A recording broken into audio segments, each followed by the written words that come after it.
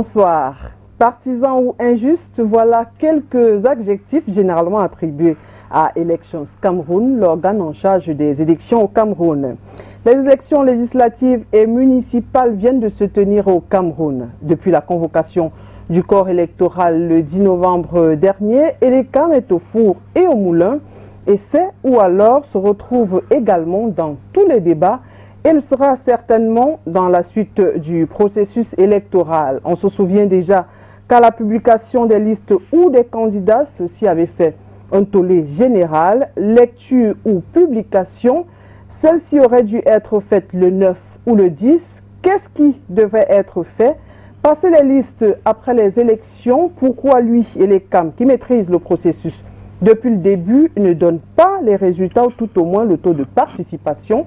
A-t-il des accointances avec l'administration? C'est le débat qui a cours et on en parle dans un instant. Loin de faire le tribunal de cet organe, on aimerait tout de même avoir des réponses à ces questions, voire à d'autres. L'invité de ce soir en a les capacités, du moins si on se fie à son parcours. Après ses études secondaires au collège Sacré-Cœur de Macaque, c'est dans le Nion-Ekele, région du centre, et au lycée de Newbel, c'est dans le littoral. Il va déposer ses valises à Yaoundé où il obtient un diplôme en sciences juridiques et politiques, option droit privé à l'université de Yaoundé de Soa. Il fera ensuite plusieurs formations professionnelles en prévention et gestion des risques, qualité, administration électorale, planification stratégique et financière. Il a également été auditeur senior du bureau d'actuaire Conseil d'audit africain, en abrégé BACA. Il a également été coordonnateur de la fondation du professeur Godlieb Monekoso de regrettée mémoire. Chef d'agence d'Elecam pour le Vouri de 2010 à 2017, date à laquelle il devient délégué régional pour le Vouri. Il est né le 23 décembre 1968 à Douala. Il est marié et père de 2 enfants, mais il faut préciser qu'il est 9e d'une fratrie de 11. Emmanuel Kouadika est assis ce soir dans le fauteuil rouge. Bonsoir et merci d'avoir accepté notre invitation. Bonsoir, bonsoir Oriane, bonsoir à votre merveilleuse équipe et bonsoir aux citoyens camerounais, aux nombreux téléspectateurs de la STV. Alors, j'ai envie de vous demander, vous êtes encore sous pression ou ça commence à tomber quand même? Mais disons sincèrement que ça commence à tomber. Il est vrai que nous sommes toujours en alerte parce que le contentieux électoral reste à vider. Et donc, en attendant que tout cela soit fait et que les résultats définitifs soient proclamés, nous restons focus. Alors, puisqu'on parle des élections, les législatives et les municipales viennent de s'achever. On est en plein dans le processus post-électoral. Alors, je voudrais comprendre de quoi il s'agit concrètement, d'abord, quand on parle des législatives. Alors, lorsqu'on parle de législatives et en parlant du processus post-électoral, il faut dire qu'il s'agit principalement et en prenant un raccourci des résultats. Mais cela passe par un ensemble de choses. C'est-à-dire que à la clôture du scrutin, à la production des procès-verbaux, les antennes communales de l'ECAM avaient 48 heures au plus pour déposer les procès-verbaux des commissions locales de vote aux différentes commissions départementales de supervision. Celles-ci devaient compiler les résultats, redresser ce qu'il y a à redresser et puis déposer aussi le rapport à la Commission nationale de recensement général des votes. Cette commission, la commission départementale avait 72 heures pour cela. La Commission nationale de recensement général des votes, elle, a eu 5 jours pour travailler et son rapport est déposé au Conseil constitutionnel. À partir de là, les audiences liées au contentieux post-électoral sont ouvertes et le Conseil constitutionnel a 10 jours pour ces audiences-là pour, à la fin, proclamer les résultats. Donc, au final, comme on le dit, en mettant ensemble ces délais, le Conseil constitutionnel a 20 jours pour proclamer les résultats des législatives. S'agissant donc des municipales. Alors, pour ce qui concerne les municipales, au début, c'est la même chose. les commissions locales de vote déposent leurs procès-verbaux au niveau des antennes communales d'élections Cameroun, qui ont 48 heures pour les transmettre aux commissions communales de supervision. Les commissions communales de supervision, ici, sont des commissions spéciales parce qu'elles proclament les résultats. Elles ont 72 heures pour cela. Donc, et c'est des commissions qui ont la possibilité d'annuler certains procès-verbaux. Et donc, quand ces commissions ont travaillé, et d'ailleurs, ça a été le cas parce que les dernières commissions ont déjà rendu leur copie, et donc les résultats sont proclamés 72 heures après. Mais la spécificité ici, c'est que le contentieux est ouvert après la proclamation des résultats. Le contentieux est ouvert et d'ailleurs, 5 jours après la proclamation des résultats, tout contestataire doit avoir déposé sa contestation auprès du tribunal administratif régional. Celui-ci a 40 jours pour rendre sa décision. Et, encore une autre spécificité, le requérant insatisfait a la possibilité de saisir la chambre administrative de la Cour suprême. Alors, donc voilà. Je vous arrête juste à ce niveau-là parce que je peux me tromper, vous allez me dire, le tribunal, donc il y a 40 jours pour statuer. C'est bien jours. Cela. Alors, les sessions de plein droit ont démarré déjà. Oui. Les maires sont déjà en train, je dirais, d'être désignés. Oui. Alors, quand le tribunal va rendre son verdict, s'il y a, je ne sais pas si je vais dire, contestation, alors que celui-là est déjà désigné, comment est-ce que ça se passe? Mais la loi l'a voulu ainsi. La loi, c'est une spécificité qui fait sourire beaucoup. C'est-à-dire que effectivement, les sessions de plein droit qui siègent les deuxièmes mardis après la proclamation des résultats ont déjà siégé, pour certains, ont siégé, les exécutifs communaux sont déjà élus et donc vont se mettre au travail en attendant que le contentieux soit vidé. En fait, le contentieux post-électoral, le contentieux de la proclamation des résultats, ici n'est pas suspensif du processus. Donc les mairies, les exécutifs se mettent au travail. Si 40 jours après, il y a une décision qui ne fait pas l'objet d'appel et qui indique que les résultats sont annulés, mais on reprend. On reprend. C'est-à-dire, et la loi dispose que 60 jours après, une nouvelle élection est organisée et donc tout le monde repart à la case départ. Et si monsieur le maire a déjà accroché sa photo dans son bureau? Ben, il prie pour qu'il soit réélu. Alors, puisqu'on parle de session de plein droit, j'aimerais qu'on termine avec ce dossier-là directement. Comment est-ce que ça se passe normalement, les sessions de plein droit? Est-ce que l'ECAM est... non, pour ce qui concerne les sessions de plein droit, l'ECAM n'est pas partie prenante. Les sessions de plein droit sont supervisées d'ailleurs par l'autorité administrative, principalement le préfet, parce que ça relève déjà du fonctionnement voilà, et des collectivités décentralisées. Et ici, c'est géré par le ministère de l'administration territoriale et le ministère de la décentralisation. Donc le préfet, il décide de rien. Il est juste...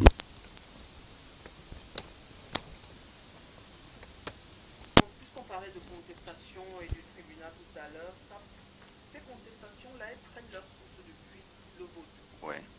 Alors, vous étiez sur le terrain le 9 février, je vous ai d'ailleurs rencontré sur le terrain. Oui.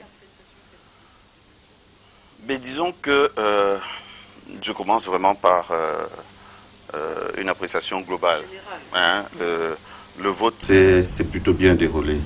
C'est-à-dire que les citoyens qui ont souhaité aller voter sont allés voter. Les citoyens qui ont souhaité aller voter sont allés voter dans la paix. Tout s'est passé de façon paisible. Voilà ce que je peux dire de façon globale. Maintenant, comme toute œuvre humaine, il y a eu quelques incidents qui nous ont été signalés. Et je puis d'ailleurs vous dire que ce jour-là, nous avons eu à régler beaucoup de situations. Et je voudrais, c'est l'occasion de saluer ici la maturité des acteurs. Certains acteurs nous appelaient et puis on se présentait là où le problème était posé.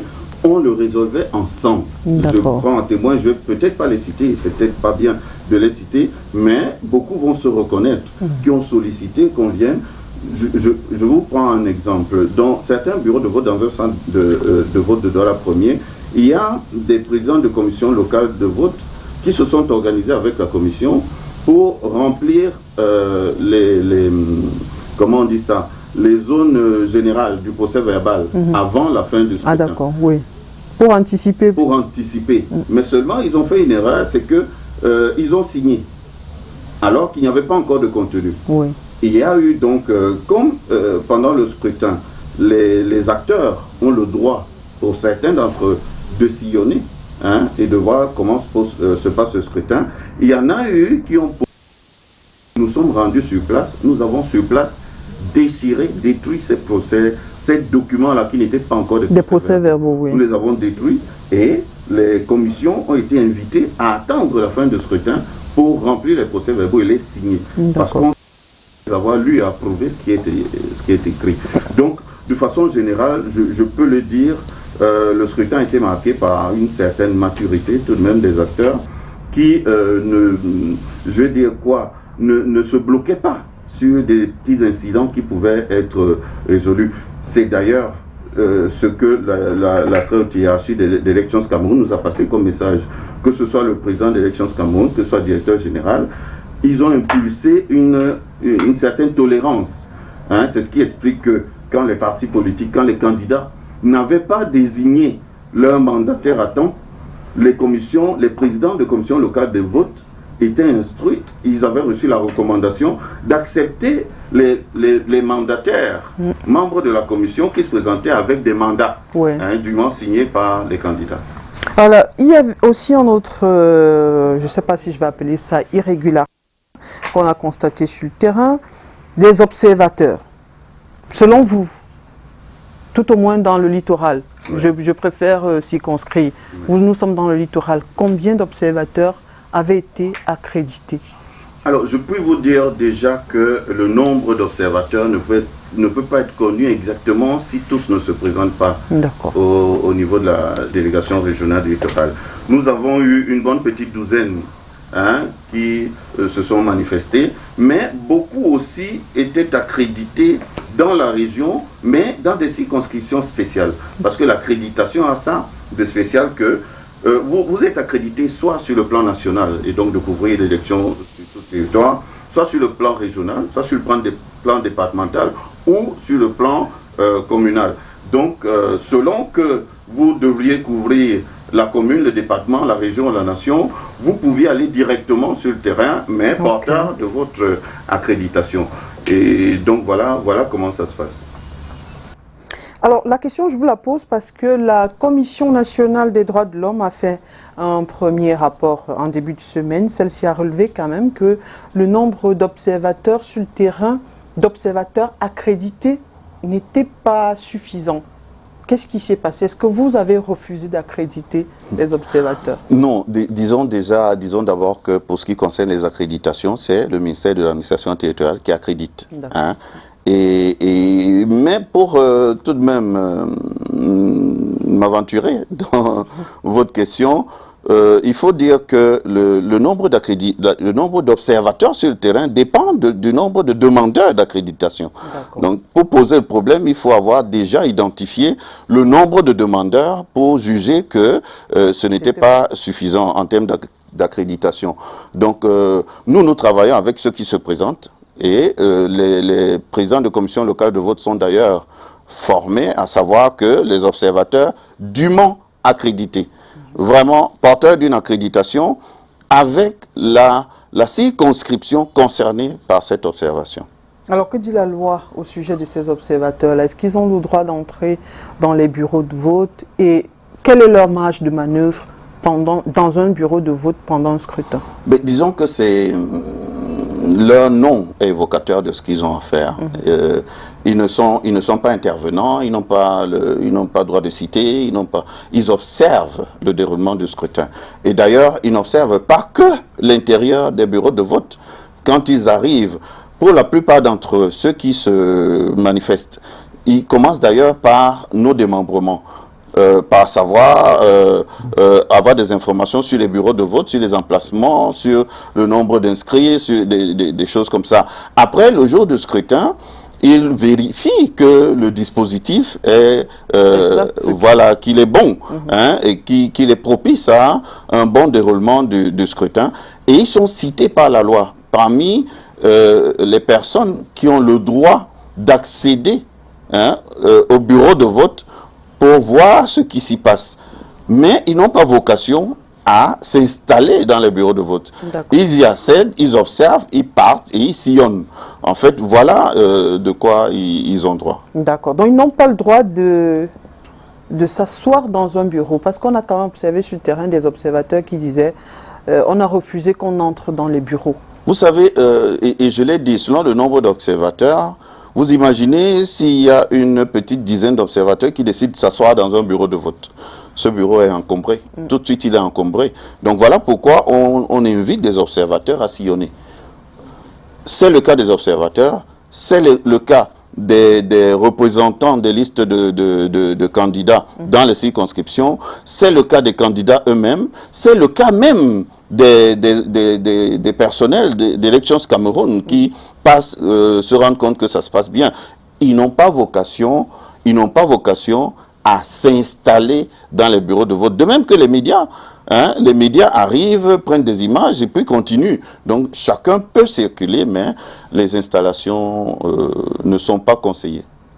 Au rang des irrégularités observées sur le terrain, est-ce que vous, au cours de cette élection, vous avez eu affaire à des bureaux qui n'avaient par exemple pas les bulletins de vote d'un candidat ou d'un parti? Ça peut arriver. Hein, je ne voudrais pas ici me mettre dans la situation de dire que non, c'est des choses qui... Ça peut arriver. Parce que les paquets sont préparés par des humains, des collaborateurs, hein, des individus. Et donc, il peut arriver qu'au moment de faire le paquet de chaque bureau de vote, qu'il y ait une confusion. Il peut arriver qu'il y ait un oubli. Hein. Voilà pourquoi on demande au président de la commission locale de vote d'arriver très tôt dans le bureau de vote, de vérifier la disponibilité de tout le matériel et de tous les documents avant l'ouverture du bureau de vote. Donc voilà pourquoi on le demande. Mais maintenant, même le président et sa commission, parce qu'il admet la commission avant le démarrage du scrutin, et ensemble il vérifie. Ça peut échapper même à la commission. Mais à ce moment-là, il suffit de nous signaler parce que nous avons toujours des stocks de réserve, hein, pour tous les candidats et on corrige tout de suite l'anomalie. Je vais quand même insister, si ça arrive, oui, dans un bureau lycée Jos A, oui, il devrait avoir 10 candidats ou 10 listes, oui, je vais dire 10 partis politiques, oui. Mais on a juste 9. Qu'est-ce qu'on fait? Il est 8h30. Non. Ce n'est pas possible à 8h30. Il faut que ce soit visible avant 8h. D'accord. Et d'ailleurs, avant 8h, parce qu'on dispose les tas de bulletins de vote avant l'ouverture, on ne peut pas admettre un seul électeur si on n'a pas tous les candidats ou toutes les listes de candidats, les bulletins de vote de toutes les listes de candidats. Et c'est d'ailleurs pourquoi chaque liste de candidats a son mandataire dans la commission locale de vote. Mais alors, quel est le mandataire qui peut s'accommoder de ce que les bulletins de son candidat ne soient pas dans le bureau de vote? Ce n'est pas possible. À ce moment-là, le vote ne commence pas, c'est signalé, ça va être mentionné dans le procès verbal. Mais c'est signalé, on corrige l'anomalie et puis on lance le vote. On a également, je suis dans le cadre des irrégularités constatées quand même ce jour-là, il y a des bureaux où certains estiment que lors du décompte des votes, le nombre de bulletins dans l'urne était supérieur au nombre de votants. Alors, le nombre de bulletins dans l'urne supérieur au nombre de votants. Alors, je suppose que ça s'est vérifié par les listes d'émargement. Alors, deux possibilités. Première hypothèse, bourrage. OK? Donc, fraude électorale. Et à ce moment-là, les commissions vont statuer et puis le contentieux va... Deuxième hypothèse, des citoyens, la commission a admis plusieurs citoyens à entrer dans le bureau de vote en même temps pour voter. Et donc, n'a pas contrôlé tout le monde à la sortie. Donc, au niveau des émargements, certains citoyens n'ont pas fait constater leur vote.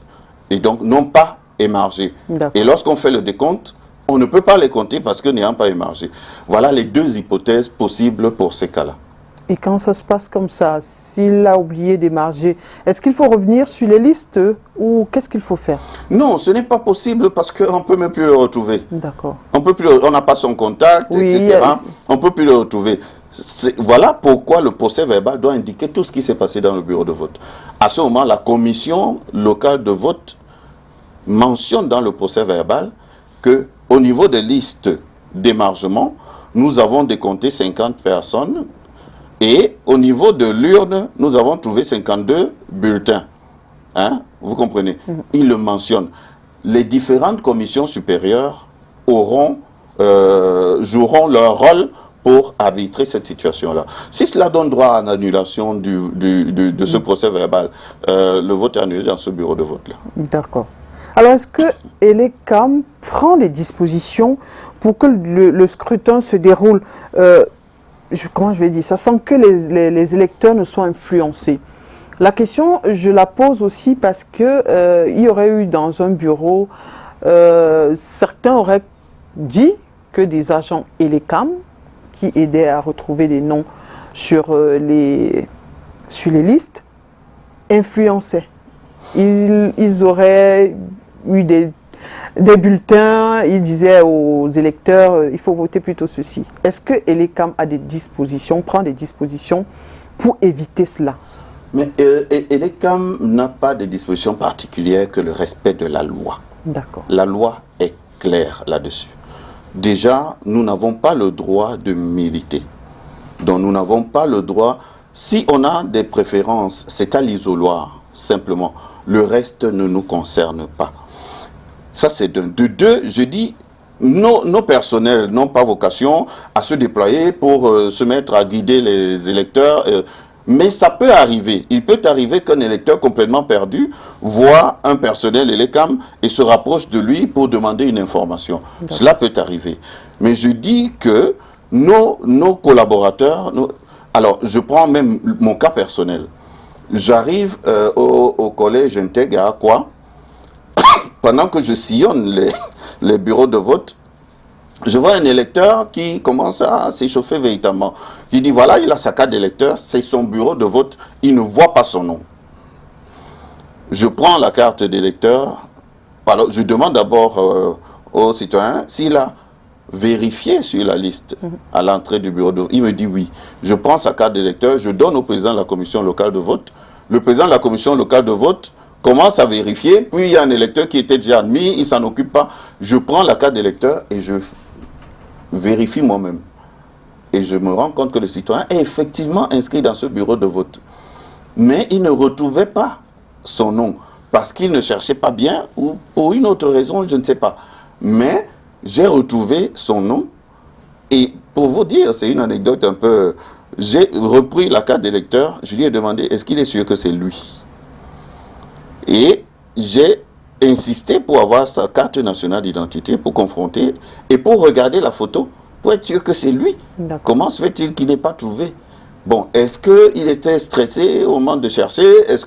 Mais toujours est-il que le nom a été retrouvé et il a voté.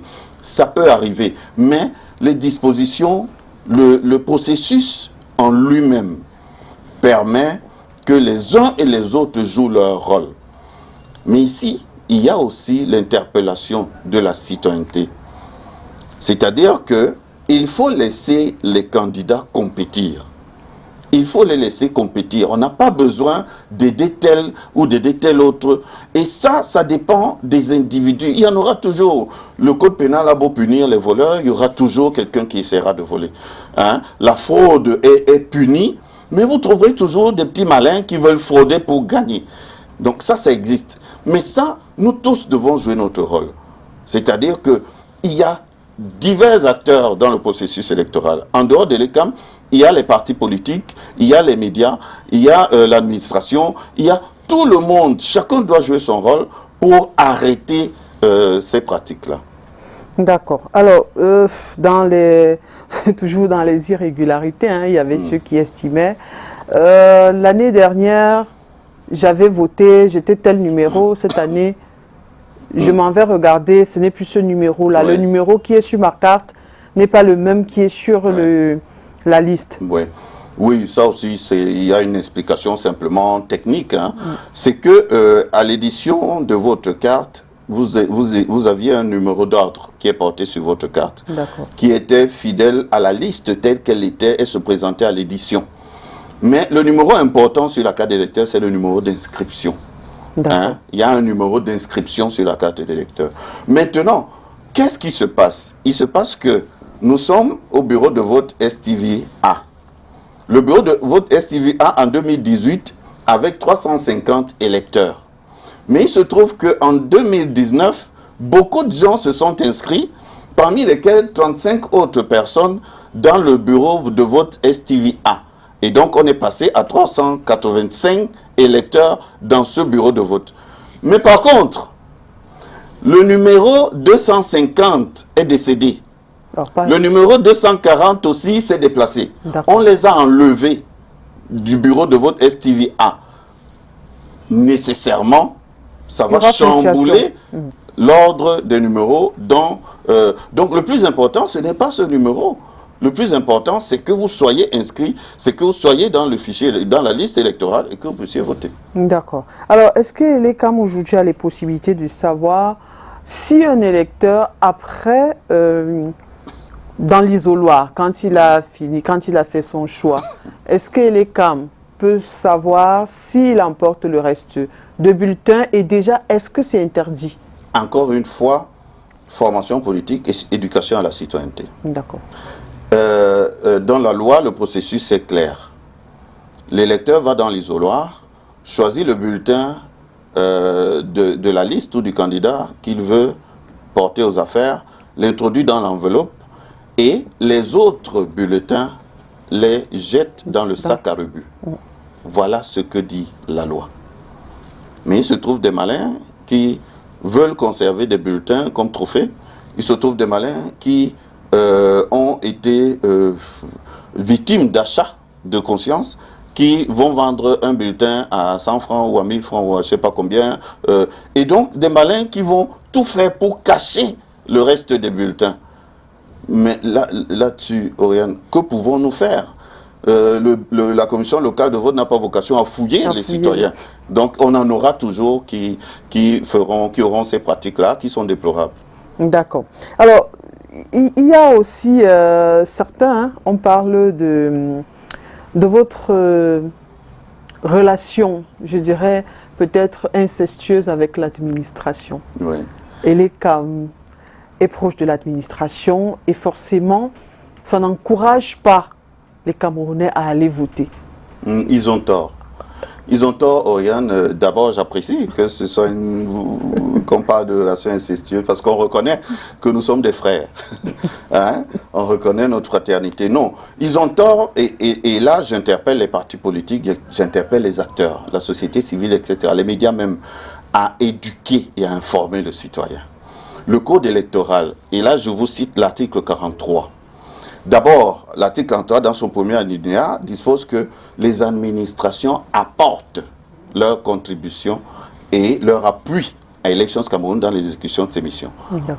C'est la loi. Mais il y a plus. Deuxième alinéa, le ministère de l'administration territoriale sert de liaison entre le gouvernement et Elections Cameroun. Vous comprenez? Le ministère de l'administration territoriale est complètement dans son rôle, hein, de regarder, d'observer, de suivre Elections Cameroun pour rendre compte au gouvernement. Vous savez, Elections Cameroun est une institution indépendante, mais qui n'est pas, j'allais dire, qui n'est pas un électron libre. Même un électron libre appartient encore.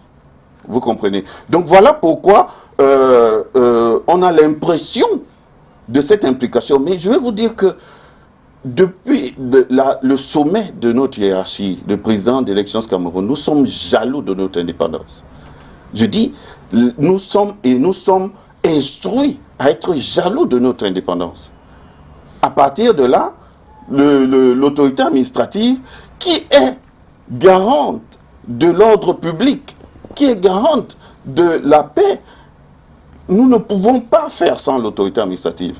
Mais il s'agit simplement, pour les uns et les autres, de bien observer que l'autorité administrative est dans son rôle. Elections Cameroun est dans le sien. Justement, j'allais vous demander jusqu'où, quelle est la limite, les prérogatives de l'administration et celles de l'ECAM. Sur le plan de l'organisation, de la gestion et de la supervision des élections, personne n'a aucun rôle que Elections Cameroun. Personne. L'autorité administrative nous accompagne. Et je voudrais d'ailleurs, permettez-moi, je voudrais d'ailleurs tirer un coup de chapeau et remercier M. le gouverneur de la région du littoral. Je vous dis qu'il y a des périodes où j'ai l'impression qu'il n'est pas là. Je veux dire, il est tellement effacé et loin de ce que nous faisons que moi, je ne le ressens même pas véritablement. Mais quand arrivent les moments de grande sollicitation, par exemple, vous savez, la région du littoral a plus de 3000 bureaux de vote. Et le Vouri en lui-même a pratiquement 60-70% de ces bureaux de vote. Et nous avons besoin de beaucoup de moyens. Hein? Et il se trouve que, en application de l'article 43, nous demandons l'appui en moyens de locomotion, par exemple, en moyens logistiques. L'armée, nous demandons des camions de l'armée. Nous demandons, donc, ce ne sont pas des relations contre nature, non. C'est bien réglementé, c'est régi par la loi, et c'est simplement que les gens le sachent.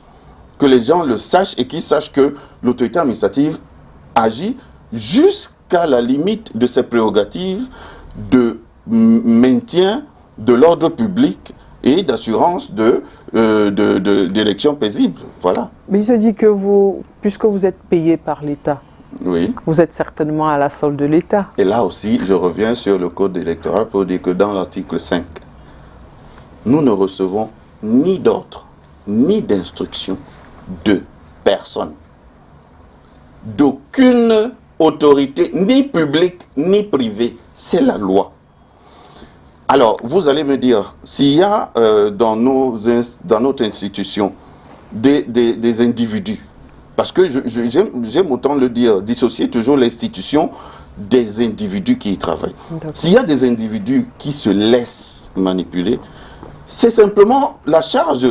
Hein, la charge revient aux autres acteurs de dénoncer cela.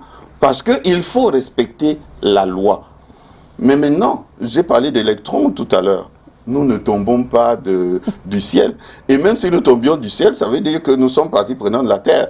Et donc, vraiment, il fallait bien que quelqu'un paye. Parce que c'est un service public. Il fallait bien que quelqu'un paye et il n'y a personne d'autre que l'État qui paye. Maintenant, sur le plan de donner des ordres ou des instructions, la loi a réglé cela, nous n'en recevons de personne. Alors, il me souvient quand même que, par exemple, dans le littoral, même dans le Vouri, il y a des zones quand même qui sont très très reculées. Oui. Comment est-ce que vous faites pour que les bulletins, je veux dire à la fin de la journée de vote, puisque tout doit être revenu vers vous, comment est-ce que vous faites, sachant qu'il y a des zones enclavées où il faut plusieurs heures, sinon des jours pour revenir? Oui, oui. Regarde, c'est toute la justification des dispositions du Code sur les délais. Pardon, excusez-moi. Sur les délais qui sont accordés aux commissions locales de vote pour renvoyer les procès-verbaux dans ou alors qui sont accordés aux antennes communales pour déposer les procès-verbaux dans les commissions de supervision. C'est 48 heures. Et vous allez observer que pour toutes les antennes de chef-lieu, de ville, les procès-verbaux sont dans les antennes avant minuit. Les procès-verbaux sont dans les antennes avant minuit. C'est-à-dire, dès la fin du dépouillement, le président n'a rien à faire avec le procès-verbal, il se dirige vers l'antenne communale. Mais maintenant, vous avez donc, comme vous avez dit, vous avez certaines localités qui sont très, très enclavées et reculées. C'est à ces localités-là qu'on donne le temps de pouvoir arriver à l'antenne communale, déposer le procès-verbal qui va à la commission de supervision. Donc, c'est toute la justification, je l'ai dit, de ces délais de 48 heures qui, je vais vous prendre le cas de Yingui, je reviens tout le temps dessus. Yingui, qui a un village qui s'appelle Ebo, qui a un autre village qui s'appelle Eboti, que vous atteignez en parcourant 3 départements. D'accord. C'est-à-dire que vous êtes à Yingui dans le Nkam, vous sortez de Yingui, vous vous retrouvez à la Sanaga maritime, donc d'abord dans le Vouri. D'accord. Hein? Après le Vouri, vous traversez la Sanaga maritime, vous pouvez entrer par Ngambé, etc. Et puis vous ressortez de la Sanaga maritime pour vous retrouver dans le Nkam. Et vous faites ces distances-là, d'abord en voiture, après, vous ne pouvez les faire qu'à pied. Et sur plusieurs kilomètres, parfois sur plusieurs dizaines de kilomètres. Et donc, il faut donner le temps à ces Camerounais-là qui ont aussi des droits et qui ont le droit de voter et dont le vote compte aussi, que leurs procès-verbaux atteignent l'antenne communale. C'est cela qui peut expliquer le délai de 48 heures qui a été donné et parfois qui peut être insuffisant. Parce que si le vote est organisé en saison de pluie, vous imaginez que vous devez d'ailleurs d'abord traverser des cours d'eau, voilà, ça arrive. Il peut arriver que ça traîne, mais ça ne traîne pas pour les zones qui sont dans le confort de la ville. Voilà. Mais est-ce que vous pouvez comprendre à ce moment-là que des gens estiment que ce soit un peu... comment je vais dire ça participe un peu, ces zones-là peuvent aider à la fraude, c'est-à-dire, puisqu'il faut plusieurs jours, l'urne, en attendant, où est-ce qu'elle va rester? Est-ce qu'elle va rester intacte? Il y a beaucoup de questions. Est-ce qu'à ce moment-là, on ne peut pas se dire que ces zones-là sont peut-être les fiefs pouvant concourir à la fraude? Pour avoir assisté à plusieurs travaux des commissions départementales de supervision, régionale de supervision, pour avoir observé le travail des commissions communales de supervision, j'ai pu observer que il y a une confrontation de procès-verbaux. D'accord. Il y a une confrontation de procès-verbaux et lorsque on observe qu'il y a un procès-verbal qui est diamétralement opposé à tous les autres procès-verbaux, c'est évident qu'il s'est passé quelque chose. Et la commission peut décider par vote d'adopter les autres procès-verbaux. Hein, ou simplement de mentionner dans le procès-verbal qu'il y a des doutes avérés et de grands doutes par rapport à ce procès-verbal. Donc, je voudrais dire que non, ça ne peut pas être une fin en soi. C'est-à-dire que il ne faut pas qu'on ait une attitude défaitiste en disant « Oh non, le président peut avoir fraudé et donc tout est biaisé ». Non, ce n'est pas vrai. Ce n'est pas vrai. Et je vous prends un autre exemple. En 2013, il y a un parti politique d'opposition très, très fort qui, dans une circonscription dans le Vouri, a décidé de convoyer tous les procès-verbaux, c'est-à-dire d'accompagner tous les présidents, de s'installer dans l'antenne communale et a résidé dans l'antenne communale tout le temps que les procès-verbaux ont mis dans l'antenne communale et a accompagné le chef d'antenne au dépôt des procès-verbaux au niveau des différentes commissions. Je veux dire, est-ce qu'on peut interdire cela? On ne peut pas. C'est-à-dire que ceux qui veulent, ceux qui se lèvent contre ça sont ceux qui ont quelque chose à cacher. Non, nous avons autorisé, nous avons échangé avec certains mandataires, certaines têtes de liste en leur disant « Vous voulez accompagner le président de la commission locale de vote, faites. Vous voulez vous organiser même avec lui pour que, faites-le. Quand vous arrivez, vous avez des gens que vous placez dans les antennes, faites. Parce que nous avons le souci tout de même que le processus soit crédible. Nous ne pouvons pas tout le temps travailler à ce qu'on soit soupçonné, à ce que... Non, non. Alors aujourd'hui, est-ce qu'on peut avoir une idée quand même du taux de participation de la dernière élection? Disons que vous savez que Élections Cameroun n'est pas autorisé. N'est pas autorisé à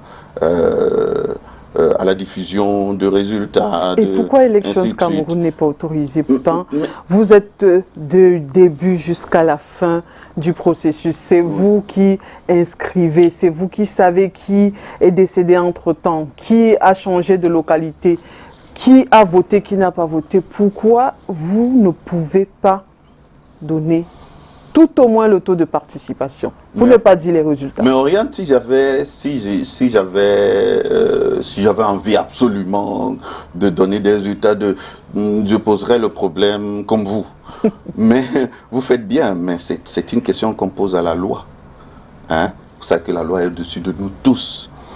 Et les dispositions sont claires. On sait qui proclame les résultats. Vous savez, je vous prends un exemple qui est en parallèle. Lorsque nous inscrivons, l'agent qui descend sur le terrain enregistre les données des citoyens. Il n'a pas inscrit encore. Parce que ce qu'il a enregistré va aller être traité, confronté aux données d'autres circonscriptions, communales, départementales, régionales, et sur le plan national. Et c'est après, lorsque c'est confirmé, que ça devient une inscription. Parce qu'en confrontant, on peut se rendre compte que cet individu qui vient d'être enrôlé là est déjà inscrit. D'accord. Hein? Et donc, il faut arbitrer pour ce qui concerne. Et c'est pareil, quand les procès-verbaux partent des commissions locales de vote, ils peuvent partir avec beaucoup d'anomalies. Si on prend le risque à ce moment-là de dire quoi que ce soit, mais c'est pas loin de la parole d'évangile, elle est comme a dit. Et à partir de là, lorsque les institutions qui doivent dire, qui doivent proclamer, vont le dire, ce sera que, voilà, il s'est passé quelque chose. Elle est comme un menti. Ben voilà. Donc vous vous protégez vous. Mais à quel moment alors peut-on avoir l'estimation du taux de participation? À quel moment?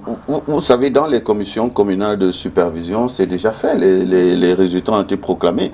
Et donc, les uns et les autres savent déjà ce qui s'est passé. Pour ce qui concerne les législatives, on attend encore 10 jours ou un peu moins pour que le Conseil constitutionnel proclame les résultats. Et d'ailleurs, il n'est pas exclu parce que le délai de 20 jours à compter de la clôture du scrutin est un délai qui est butoir, c'est 20 jours plus tard. Donc, ça peut être fait dans les prochains jours. C'est simplement qu'on soit patient et que les uns et les autres respectent la loi. Hein. Quand vous êtes à la maison et que le plat n'a pas cuit, on attend pour manger.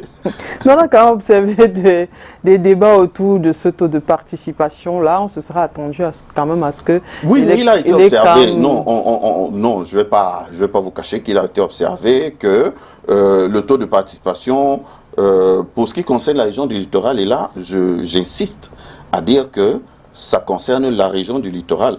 Le taux de participation n'est pas au niveau du taux de l'élection présidentielle. Mais ça ne concerne que la région du littoral.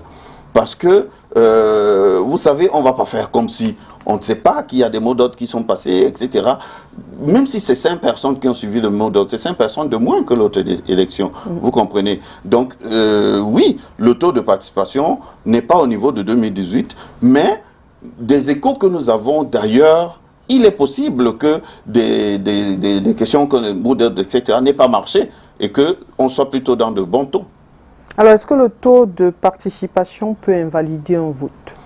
Ah non, l'élection est libre, complètement libre. L'inscription est libre, l'élection est libre. C'est-à-dire que ne vont voter que ceux qui ont décidé qu'ils iront voter. Un jour, peut-être, l'élection, le vote sera obligatoire. À partir de là, lorsque les gens n'iront pas, on tirera les leçons. Peut-être y aura-t-il des sanctions, peut-être y aura-t-il des dispositions particulières, mais pour le moment, le vote étant libre, on fait avec ceux qui ont décidé de choisir les gens qui vont gérer les mairies et ceux qui vont porter nos problèmes au niveau de l'Assemblée nationale. Quand on vous écoute bien, il y a toujours la loi, il y a toujours la barrière avec la loi. Que la loi, il n'y a pas toujours, Oriane, il n'y a que la loi. Dès qu'on est sorti de la loi, on est dans nos ressentir, on est dans nos convictions personnelles, et nous sommes combien de millions? Et à ce moment-là, on ne peut plus s'en sortir, on peut pas, comment on va arbitrer? Chacun fera comme il pense, lui. Maintenant, il n'y a que la loi, nous devons nous soumettre à la loi, et je pense que c'est elle qui doit nous fédérer. Alors, est-ce que selon vous, le code électoral aujourd'hui, selon vous, est-ce qu'il est bon? Parce que c'est aussi un débat qui a cours. Les partis politiques estiment qu'il n'est pas consensuel. Bref, il n'est pas bon. Ça, c'est selon les partis politiques. Oui, alors les membres du conseil électoral, lorsqu'ils descendent dans les régions, font généralement des concertations et prennent les observations des acteurs, parce que ces concertations réunissent généralement les partis politiques, les médias, les organisations de la société civile, même l'autorité administrative, etc. Et les uns et les autres font des observations qui sont prises en compte pour faire l'objet de propositions. Vous comprenez? Maintenant, si vous demandez à Kouadika s'il pense que le code n'est pas bon, il attendra certainement une autre tribune. Mais si vous demandez au délégué régional d'élections Cameroun si le code est bon ou pas, je vous dirais que le pasteur ne juge pas la Bible. Il prêche selon ce qui est dans la Bible. Je travaille selon ce que le code électoral indique. Je serai dans une autre vie, je jugerai le code, mais pour le moment, c'est l'instrument qui m'a été donné pour travailler. Je travaille selon cet instrument-là. Je laisse aux partis politiques qui ont leurs représentants à l'Assemblée de changer les lois qui ne sont pas bonnes, d'après eux, d'améliorer les lois s'il le faut. Et d'ailleurs, c'est un processus normal. Le code répond à un contexte et à un environnement. Et il est normal que, vous savez, on a fait l'élection de 2011, on n'avait pas le code. Hein? Et puis, le code est arrivé. Et puis, il a connu une modification. Et puis, c'est comme ça qu'on va continuer de l'améliorer pour arriver, non pas à la perfection, parce que les contextes changeront toujours, mais arriver à quelque chose qui pourra nous mettre d'accord, au moins la majorité d'entre nous. Donc, si je vous demande si, selon vous, par exemple, le système biométrique, vous ne pourrez pas me répondre? Si le système biométrique était mis en place, par exemple. Mais il est déjà mis en place. Maintenant, ce que certains acteurs demandent, c'est la biométrie intégrale. Lorsque la biométrie intégrale sera mise en place, nous sommes les premiers à prendre. Nous serons les premiers à prendre. Le législateur sait pourquoi la biométrie intégrale n'est pas encore mise en place. Mais comme la biométrie à l'inscription, nous allons prendre, encore une fois, lorsqu'on est mis en place, en 2010, il n'y a pas de biométrie, même à l'inscription. Ensuite, nous allons au vote avec des cartes d'électeurs en papier. En papier, oui. Oui. Et puis arrive la biométrie. Et en 2012-2013, on fait la refonte et on est en biométrie. Et on s'adapte et ça se passe bien. Si on avance encore d'un pas, ce sera gagné pour les uns et les autres, simplement. Alors, M. Kouadika, on va sortir de la partie élection. Qu'est-ce que vous pouvez nous dire, ou alors pour édifier les Camerounais au sujet des élections? C'est déjà de dire que le vote sert à donner mandat à ceux qui vont gérer la cité. Et je me permets d'emprunter une notion du professeur Titi, membre du conseil électoral, la notion de peuple souverain. Chaque citoyen camerounais doit pouvoir se sentir investi d'un pouvoir particulier de désignation de ceux qui gouvernent. Parce que celui qui ne va pas s'inscrire, qui ne retire pas sa carte d'électeur et qui ne vote pas, Oriane, logiquement, il ne doit pas s'exprimer si la cité est mal gérée. Parce qu'il a démissionné de choisir qui doit gérer la cité. S'il a suspendu sa participation, mais il attend. Quand il aura le droit de choisir, il choisira et il pourra donc juger ceux qui sont aux affaires. Je suis peut-être à l'extrême, mais je voudrais que les uns et les autres soient conscients que ce processus nous interpelle tous. Généralement, on dit il n'est pas bon. Mais on dit il n'est pas bon en ne faisant rien du tout pour qu'il soit bon. On n'y participe pas. Même, on n'essaie même pas de le comprendre. On prend juste le raccourci de la facilité de dire il n'est pas bon. Donc non, c'est simplement de dire aux citoyens, bientôt, la révision va être relancée. Ceux qui ne sont pas inscrits, qu'ils viennent, qu'ils aillent s'inscrire. Qu'ils aillent s'inscrire Parce qu'il arrivera toujours un moment où ils se diront, c'est le bon moment pour aller voter. Mais s'ils ne sont pas inscrits, ils ne voteront pas. Donc ils aillent s'inscrire, qu'ils participent à la vie. Mais je voudrais aussi inviter les partis politiques à l'éducation des militants. C'est cette éducation de militants qui, en synergie, fait l'éducation des citoyens. L'éducation politique des citoyens. C'est-à-dire que les uns et les autres, qu'ils prennent connaissance des lois.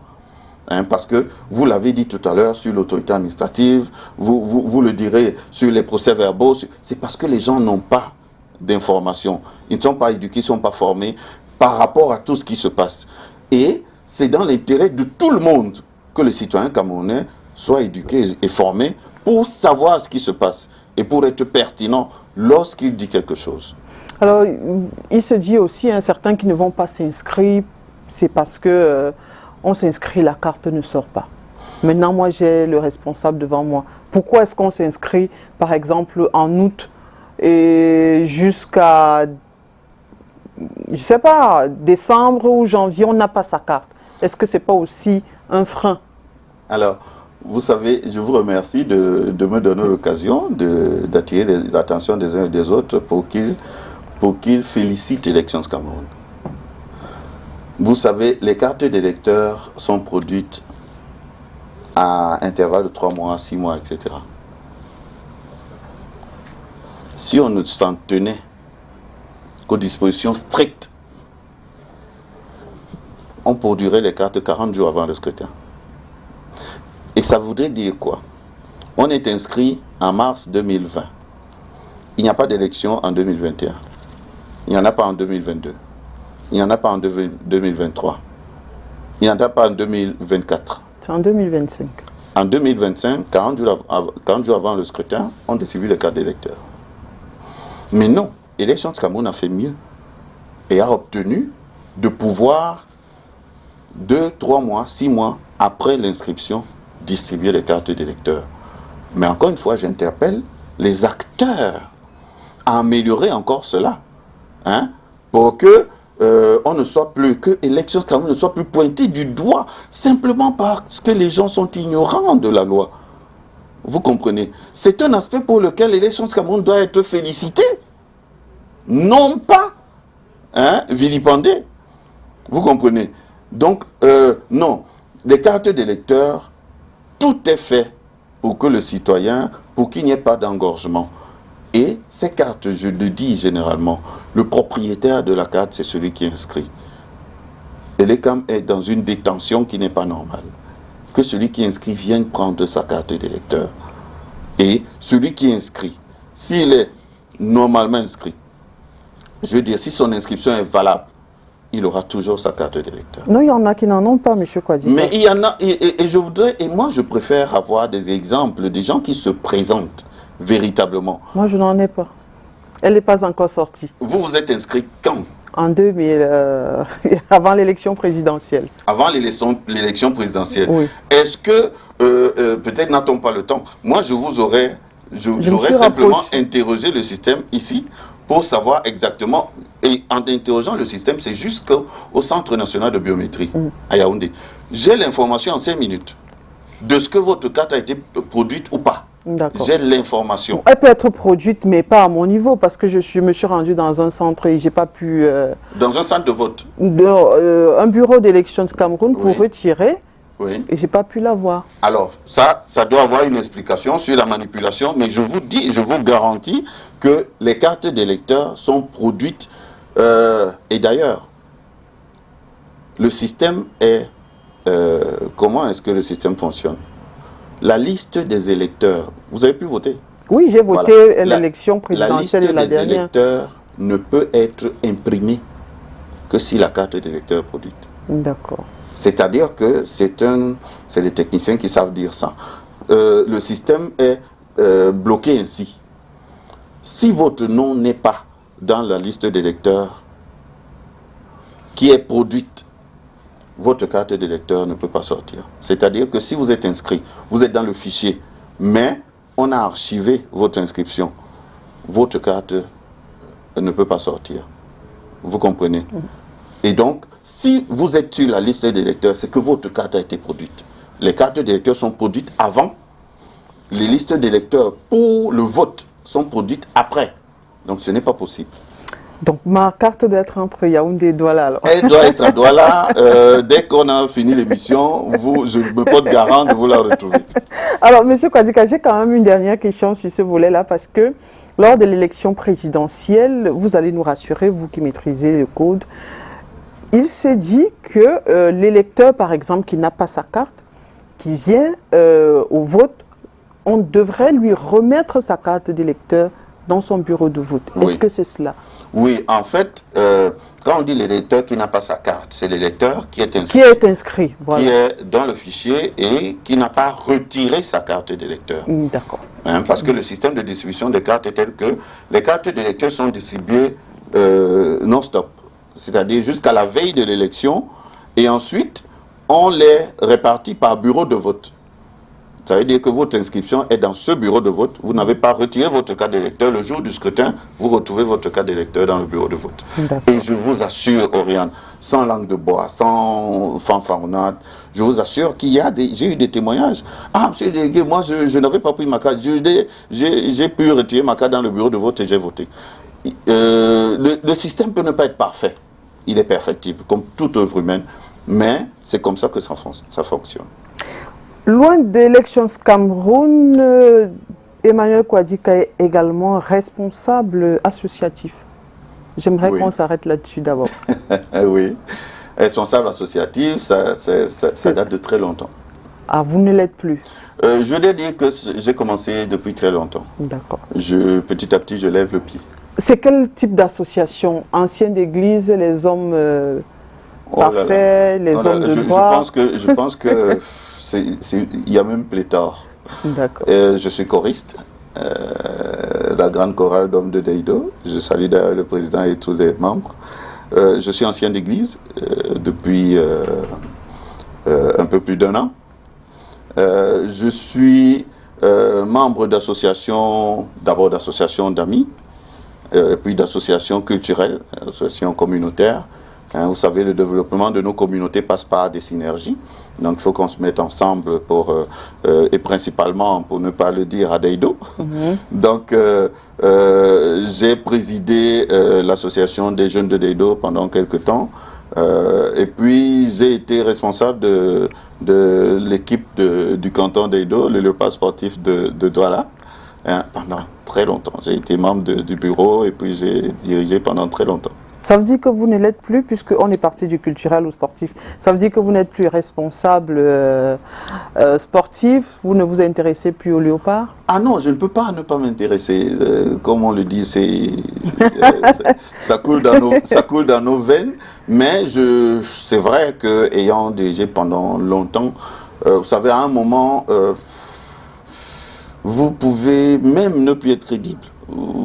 Parce que vous avez mis long, parce que les gens peuvent commencer à dire des choses et il vaut mieux à ce moment-là s'éloigner. Il vaut mieux s'écarter. Vous prenez l'alternance à la tête des institutions. Mais absolument. D'accord. Mais absolument.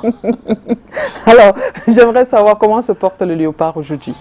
Disons que c'est assez mitigé. Hein, le léopard, les résultats ne sont pas très bons. Mais cela a des raisons. Hein, cela a des raisons, sans que je rentre en plein dans... Vous savez, les équipes, les organisations de ce type ont besoin de stabilité. Dès lors qu'il n'y a pas la stabilité pour une équipe qui va avoir des résultats, ce n'est pas d'avoir les mêmes joueurs et les mêmes pendant 2 ans, pendant 3 ans. Non, c'est une affaire de 5 ans, c'est une affaire de 6 ans. C'est une affaire de ce que les gens se regardent du coin de l'œil, ils ont compris et ils font des choses, etc. Mais il y a aussi le fait que nos équipes de canton, il ne faut pas l'oublier, le Tonnerre, le Canon, l'Union, le Léopard, l'Orix, le Caïman, etc. Nos équipes de canton ont un peu du plomb dans l'aile. Je pense que c'est une grosse refonte qu'il faut faire hein, dans le management, dans la structuration, pour qu'on colle à la modernité. Hein, qu'on colle à la modernité et que ça arrête de s'appuyer sur des individus, que ce soit vraiment des groupes hein, qui qui gère, qui finance, qui... Voilà. Donc, c'est ce courage qu'il faut avoir de s'arrêter pour faire cela. Mais est-ce que c'est pas parce que vous êtes parti que le léopard s'est égaré dans la forêt? Mais non, je pense pas. Je pense pas. D'ailleurs, c'est juste avant que je ne parte que il y a eu quelques soubresauts. Hein. Je suis parti quand on gravissait des marches.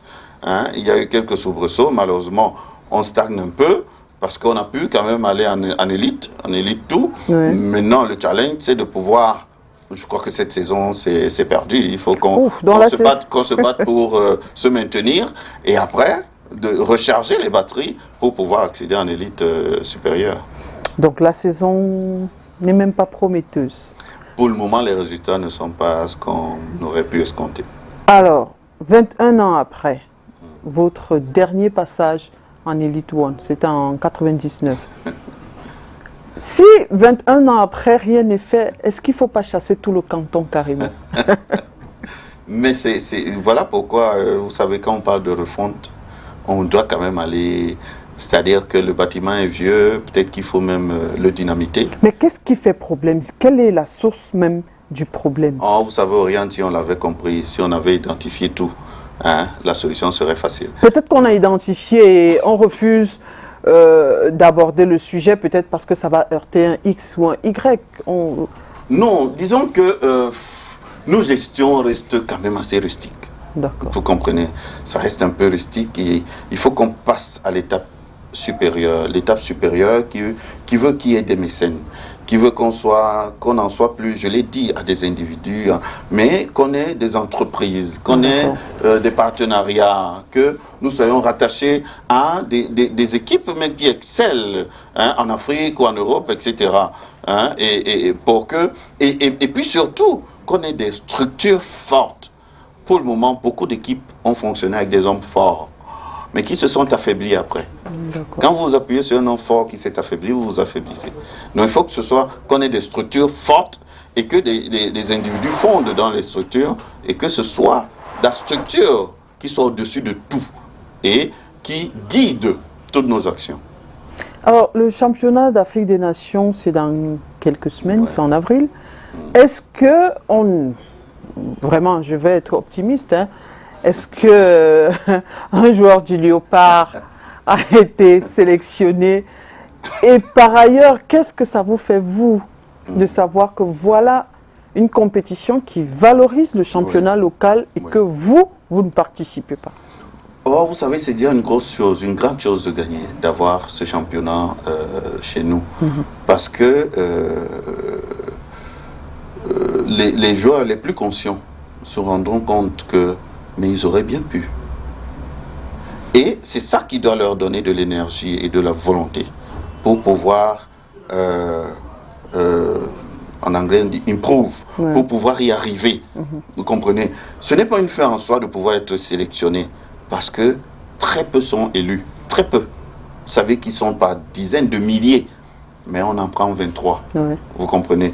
Et donc, ce n'est pas parce qu'on est absolument mauvais qu'on n'est pas sélectionné ou présélectionné, mais c'est que selon la sensibilité du coach, il y a 23 qui sont retenus, mais il faut continuer à travailler et il faut se réjouir de ce que d'autres comme vous, hein, qui n'ont pas besoin, qui n'ont pas eu besoin d'aller à l'étranger pour évoluer là-bas, participent aussi à ces compétitions d'élite, de prestige. Le CHAN, c'est une compétition de prestige. Donc, moi, je pense que c'est là déjà qu'il y a de gagner, hein, que ce soit organisé, que ça se rapproche de nos championnats, de nos joueurs, parce que ça doit pouvoir les inspirer, ça doit pouvoir leur donner la possibilité, eux aussi, comment dire ça, de souhaiter y être. Alors, Emmanuel Kouadjika est 9e d'une fratrie de 11. Oui. Donc, il est issu d'une très grande famille. Oui. Sauf qu'il a décidé de réduire la sienne à 2. Il a juste fait 2 enfants. Comment est-ce que ça s'explique? Bon, alors, je vais peut-être lancer une petite boutade pour dire que la famille est déjà peuplée, il ne faut pas la surpeupler. C'est juste 11 personnes, M. Kouadika. C'est une boutade. Mais non, je veux dire que, vous savez, ces personnes qui ne choisissent pas d'arriver, il faut leur aménager ce qu'il faut quand ils arrivent. Et donc, il ne faut pas en faire pour en faire. Hein? Il ne faut pas se retrouver dans une situation où on en a trop fait et on ne sait plus quoi en faire. Donc, je pense que... Est-ce que c'est de ma volonté même? Est-ce que je me suis projeté? Pas véritablement. Mais je pense qu'il a fallu que je m'arrête à 2. J'essaye de me concentrer sur les 2 pour leur assurer ce qu'il faut pour leur avenir. Mais je veux dire, je suis très content d'être issu d'une grande famille. Nous étions 13, hein, il y en a 2 qui sont partis. Donc nous sommes 11. À la tête, nous avons un aîné, un grand frère merveilleux. Hein, je lui tiens un coup de chapeau de pouvoir traîner parce que les parents ne sont plus là, ouais. Tout ce monde-là. Et je veux dire qu'on a aussi la chance, on est 3 garçons, on est bien entourés. On a 8 sœurs qui sont merveilleuses. Vous avez été materné alors. Qui vous balancent des amours à tout bout de champ. Donc, non, je pense que on fait ce qu'on peut, nous aussi, pour perpétuer. Et j'ai la chance que ce soit 2 garçons. Donc vous êtes sûr que mon nom ne va pas s'effacer. Mais M. Kouadika, ça veut dire que les enfants égale richesse, vous n'y croyez pas. On est africain quand même. C'est que les enfants, c'est toujours la richesse. Un seul enfant peut vous donner une richesse que 10 ne vous donnent pas. Alors, en dehors d'élections Cameroun, déjà, comment est-ce que le père de famille, le directeur régional, le responsable d'associations culturelles et sportives, comment est-ce qu'il... C'est une organisation, mais alors... c'est une organisation, parfois quand on a le temps de s'arrêter, on est effrayé soi-même. On est effrayé parce que on a peur de ne pas beaucoup s'occuper de sa famille. Et ce n'est pas seulement les enfants qu'on peut perdre. Hein, vous comprenez, on peut aussi perdre le voisin de lit. Voilà, hein, on peut perdre ça. Et je pense que j'ai eu la chance d'être bien soutenu par ma conjointe. Chapeau, Marianne. Donc, je pense qu'il faut avoir une organisation qui permet surtout de savoir déléguer. Parce que si on ne sait pas déléguer, mais alors on est foutu parce que on va être surmené. Parce que ça va aller dans tous les sens. Et moi, j'ai le malheur que dans la plupart de mes associations, je suis désigné pour diriger. Et la petite, et j'insiste là-dessus, la petite spécificité, c'est que je ne me fais jamais élire. Lorsqu'il y a quelqu'un qui pense pouvoir diriger, je laisse la place. Je ne participe pas au vote pour diriger, parce que je pense que c'est déjà du bénévolat. Vous y mettez de votre temps, vous dites, pourquoi allez vous mettre à vous... Non, je ne participe jamais au vote pour diriger des associations, mais il se trouve que pour la plupart, ça vous tombe dessus et vous êtes obligé d'assurer. Parce qu'en plus, vous ne pouvez pas, lorsque vous avez donné des responsabilités, être léger. Vous ne pouvez pas ne pas satisfaire tous ceux qui vous font confiance, qui vous ont fait confiance. Et donc, quand on est dans cet état d'esprit-là, je vous assure, parfois, on s'oublie. Mais ça veut dire que, en dehors de l'ICAM, qui est votre principale profession, le quotidien d'Emmanuel Kouadika, c'est quoi? Il est avec les enfants, il fait la cuisine, il jardine, il lit beaucoup, il voyage. Où le quotidien, ce n'est que élégant. Dieu merci, c'est pas tout le temps comme ça. Mais, je veux dire, le quotidien, généralement, c'est... le matin, je suis derrière les enfants. Vraiment, je suis derrière eux. Il faut être à l'heure à l'école, il faut... Voilà. Le quotidien, c'est pour tout ce qui concerne leur cursus académique et puis leur encadrement scolaire. quel que soit ce qu'il y a, c'est moi qui vais à l'école. C'est moi qui vais aux réunions de parents d'élèves, c'est moi qui...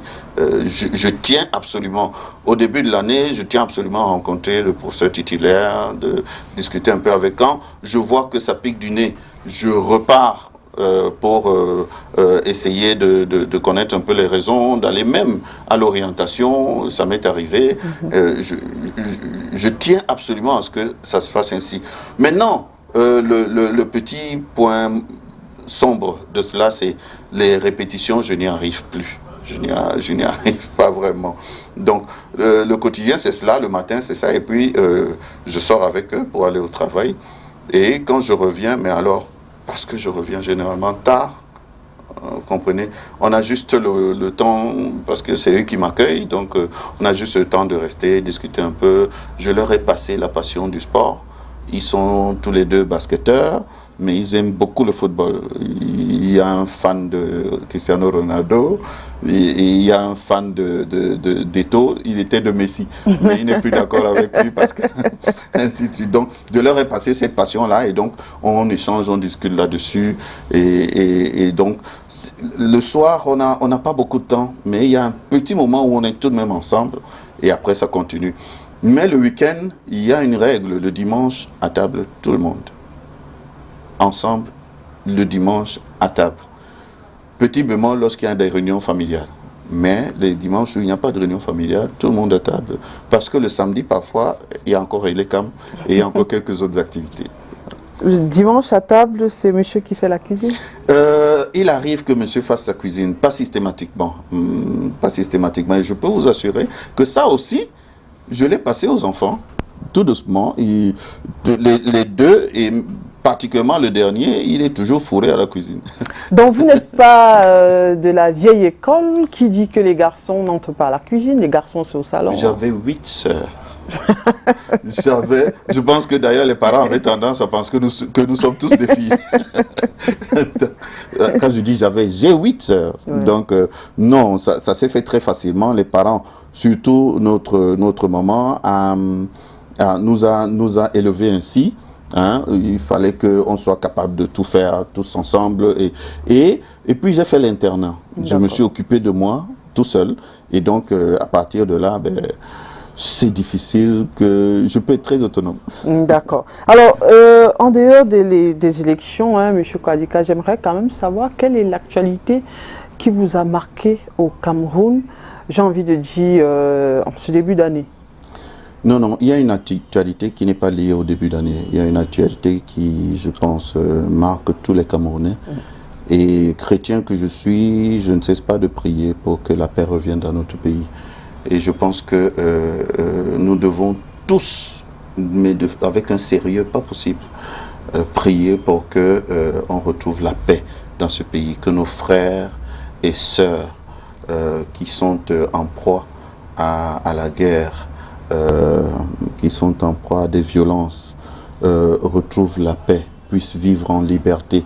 Que la joie qui a toujours caractérisé le Camerounais revienne. Je pense qu'il ne peut pas y avoir, même le chant va arriver, on sera très content, mais si on va au chant en oubliant nos frères et sœurs des partis anglophones, alors on sera coupable de faute, on aura fait une faute quelque part. Nous devons toujours rester connectés à ce qui se passe là-bas pour que tous ensemble, nous puissions faire converger nos prières pour que la paix revienne dans notre pays. Et c'est juste un mot que je vais vous dire merci encore d'avoir accepté notre invitation. Merci Oriane. Je vais vous avouer quelque chose. Depuis que vous m'avez annoncé que je passe à votre émission, j'ai eu le stress de l'artiste. Manque d'appétit, ainsi de suite. Parce que cette émission, je pense que vous le savez, vous avez un retour de ce qu'elle est très suivie. Je la suis beaucoup, je connais la qualité des invités que vous avez généralement. Et donc, je me suis dit, est-ce que je serai à la hauteur? Mais j'espère qu'hors caméra, vous me direz tout à l'heure si j'ai été à la hauteur. Non, je vous remercie vraiment. Mais surtout que, vous savez, dans le travail que nous faisons, il faut absolument La transparence n'est pas une question de vitre non fumée. La transparence, c'est de pouvoir expliquer, c'est de pouvoir présenter, c'est de pouvoir laisser voir. Donc, ceci participe de cette transparence-là. Nous avons besoin d'être crédibles. Nous avons besoin de ne pas avoir la langue de bois. Nous avons besoin que nos concitoyens aient la bonne information pour qu'ils aient confiance en ce qui se passe. Donc, surtout que les camés est tout le temps voilà, pointé du doigt. Merci encore d'avoir accepté notre invitation. Merci Aurélie. Mesdames et messieurs, merci d'avoir été des nôtres. À jeudi prochain.